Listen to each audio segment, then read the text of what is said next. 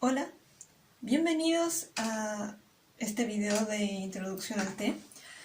Varios se interesaron por el té y decidí hacer este video para ayudar a las personas a orientarse mejor en cuanto a algunos términos que se usan, explicar, por ejemplo, qué tipologías existen, qué es realmente un té, etc.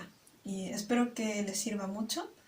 Ahora mismo me voy a poner la mañanita para hacer el té y hablar sobre ello.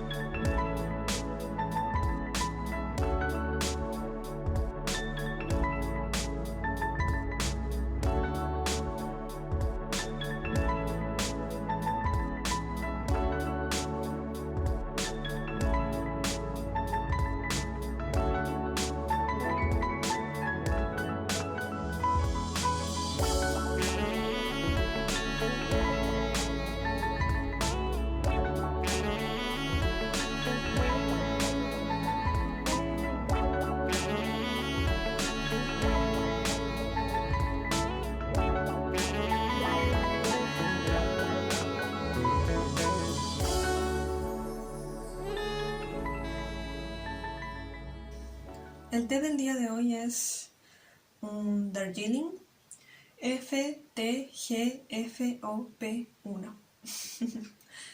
Es un té negro que se caracteriza por ser dulce.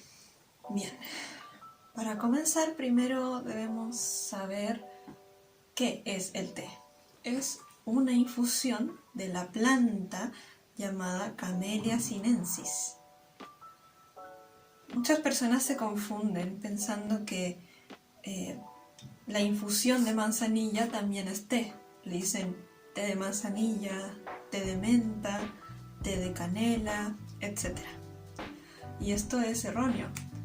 Por un tema de marketing se utiliza mucho eso de llamarle té a las infusiones de hierbas, cuando realmente el té únicamente es la planta infusionada de Camellia sinensis. En simples términos, el té es una infusión, pero no todas las infusiones son té. Eso muy aclarado porque yo hablo sobre té, no estoy hablando sobre infusiones de hierbas, para que lo tengan muy presente. Bien, ahora continuamos con algo más que hay que saber, y es la diferencia entre tés puros o tés ortodoxos con blends.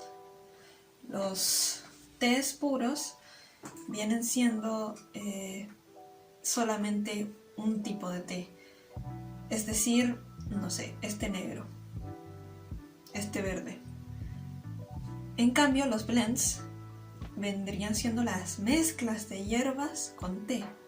Por ejemplo, un blend sería decir té negro con cáscaras de naranja y cacao, por dar un ejemplo. Ese tipo de mezclas se les llama blends. En cambio, los tés puros solo traen té. Ahora hay que hacer una diferencia en los blends, porque hay dos tipos de blends: los aromatizados y los no aromatizados. Los aromatizados son aquellos que vienen mezclados con otras hierbitas. En cambio, el blend no aromatizado es la mezcla de diferentes tipos de té. Por ejemplo, puedo tomar tres tés negros diferentes y mezclarlos, y eso vendría siendo un blend no aromatizado. Lo más común en blends no aromatizados, lo más conocido puede ser un English breakfast, por ejemplo. Entonces allí también marcamos otra diferencia entre los tés puros y los blends. Ahora, ¿qué sigue? Podemos diferenciar o explicar un poco qué pasa con las bolsitas y el té de hoja entera. Pues yo les voy a mostrar bolsitas, diferentes formatos de té.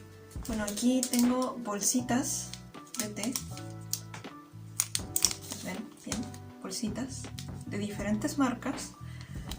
Y las cosas buenas de las bolsitas, lo bueno que tienen, es que son rápidas de preparar, son fáciles. Si tienes poco tiempo, te convienen las bolsitas.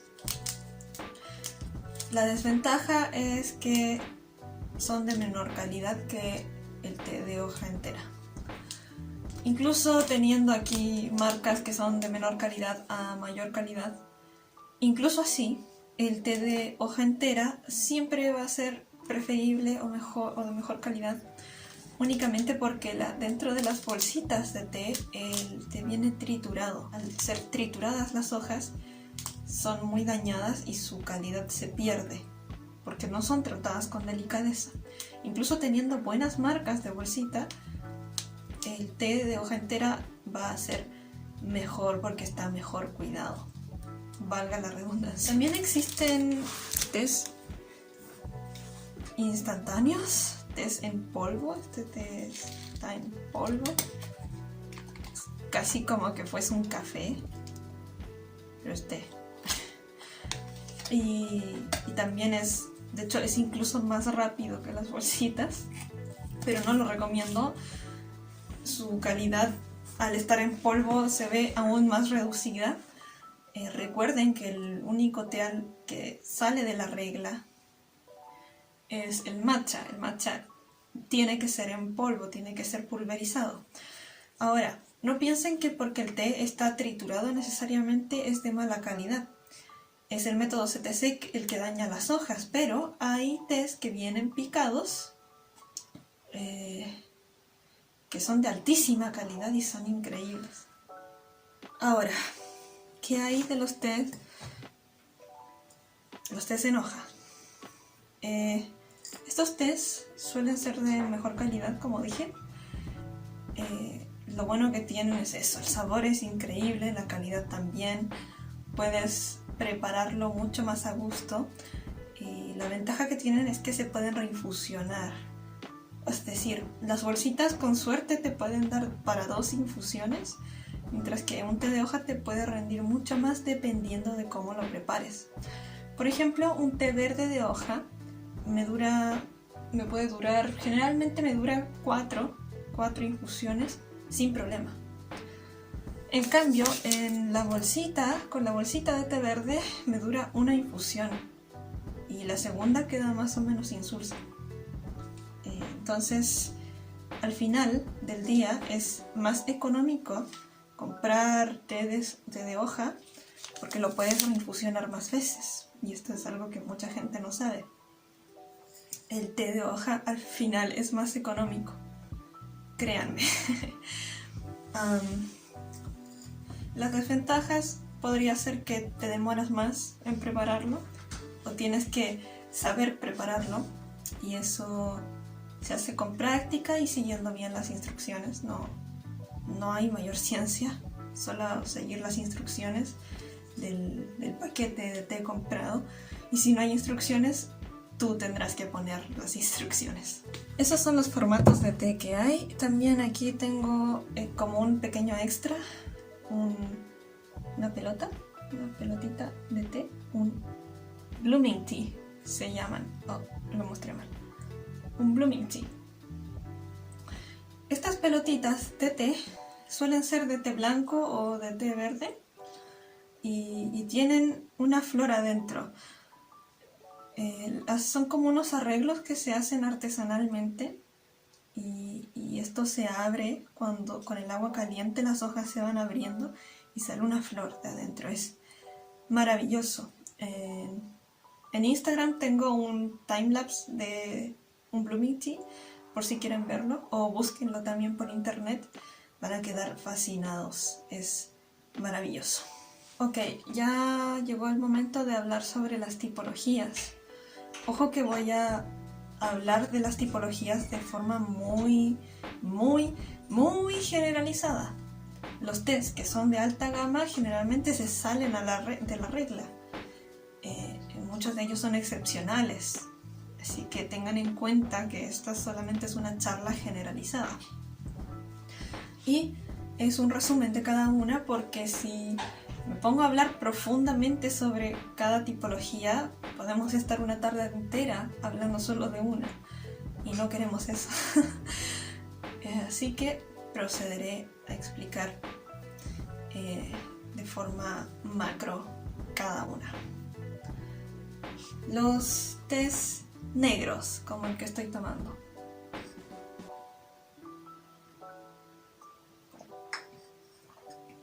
Bueno, en sabor, la gente suele pensar que son amargos, y sí tienden a ser amargos y astringentes, pero no es así siempre. Hay tés negros que pueden ser dulces. Y no se dejen llevar por la relación de té negro amargo, no es necesariamente así. Estos tés se caracterizan por estar altamente oxidados, por eso son tan oscuros, y se preparan con altas temperaturas, y el tiempo de reposo estimado es de 3 a 5 minutos. Ahora continuemos con el té verde. Por el contrario del té negro, este té se caracteriza por estar nada oxidado, no tiene oxidación. Su sabor nunca será amargo. Ojo, porque sus hojas son delicadas, y muchas veces las personas tienden a prepararlo con altas temperaturas, y esto es sumamente incorrecto. Si tú preparas un té verde con agua hirviendo, te va a quedar sumamente amargo, siendo que no lo es. El té verde se prepara a mediana temperatura, baja temperatura en realidad, entre 70 y 80 grados como máximo. Para que lo tengan muy presente, porque van a arruinar sus tés verdes si lo hacen con alta temperatura. El tiempo de reposo es de 1 o 2 minutos, no más que eso. Su sabor tiende a ser más vegetal, como vegetal cocido, en el caso de los tés verdes japoneses principalmente, y los tés verdes chinos suelen ser más florales, más dulces. Blancos. Los tés blancos también son delicados y tienen un método similar al del té verde, solamente que con un poquito más de tiempo, con 3 o 4 minutos.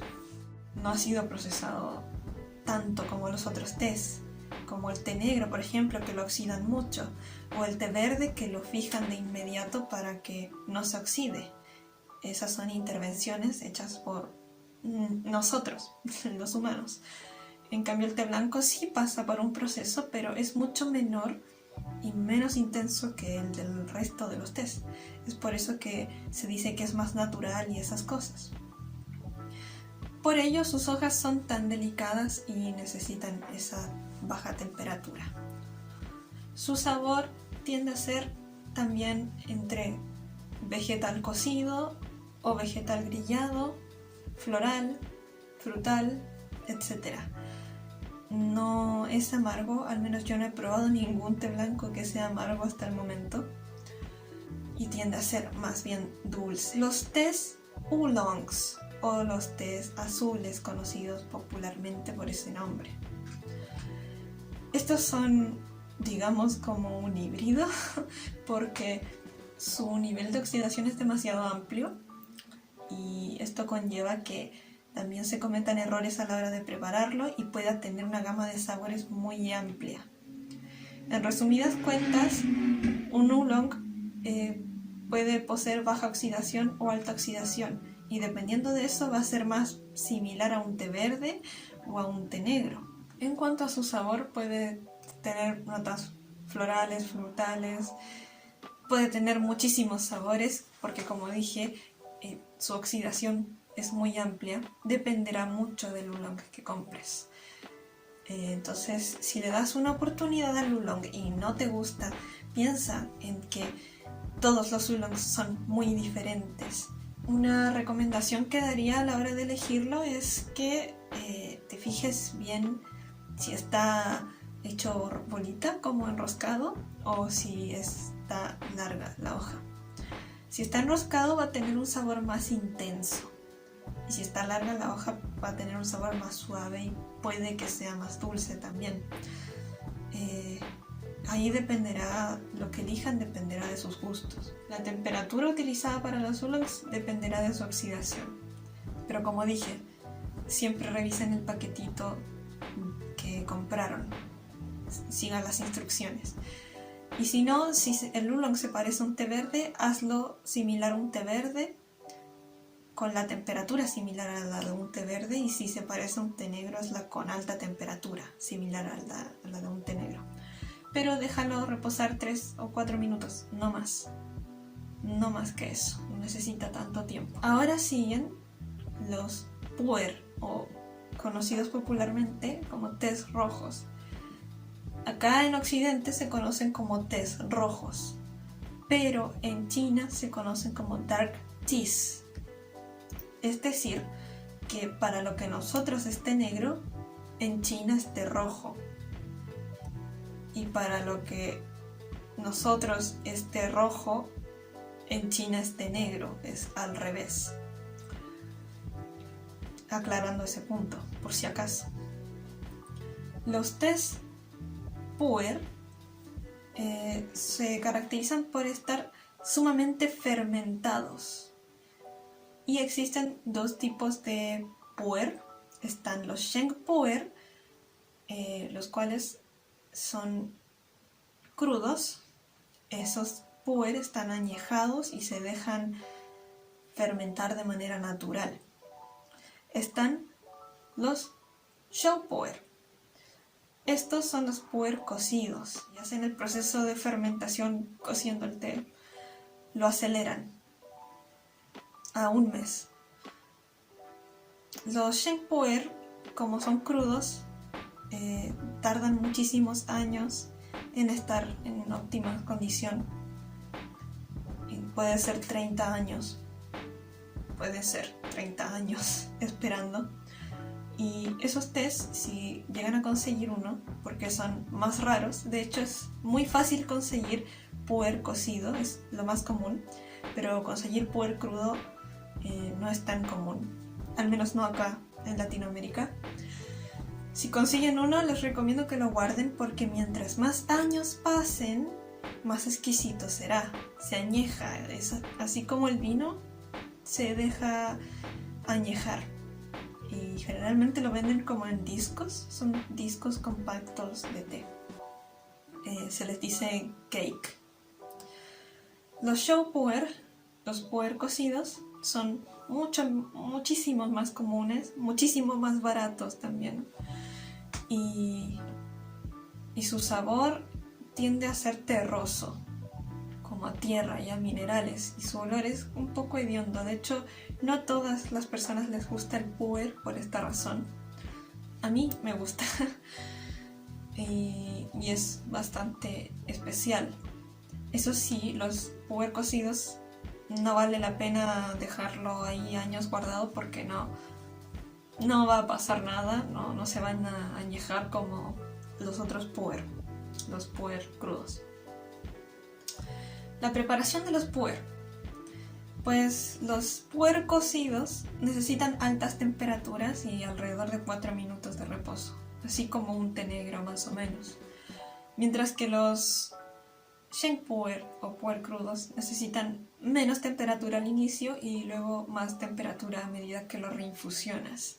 Es un poco más complejo, pero así es la cosa.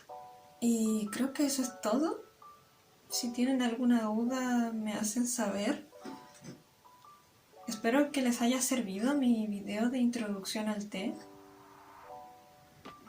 Próximamente va a salir una nota de blog sobre té. hecha por mí, de los métodos de preparación.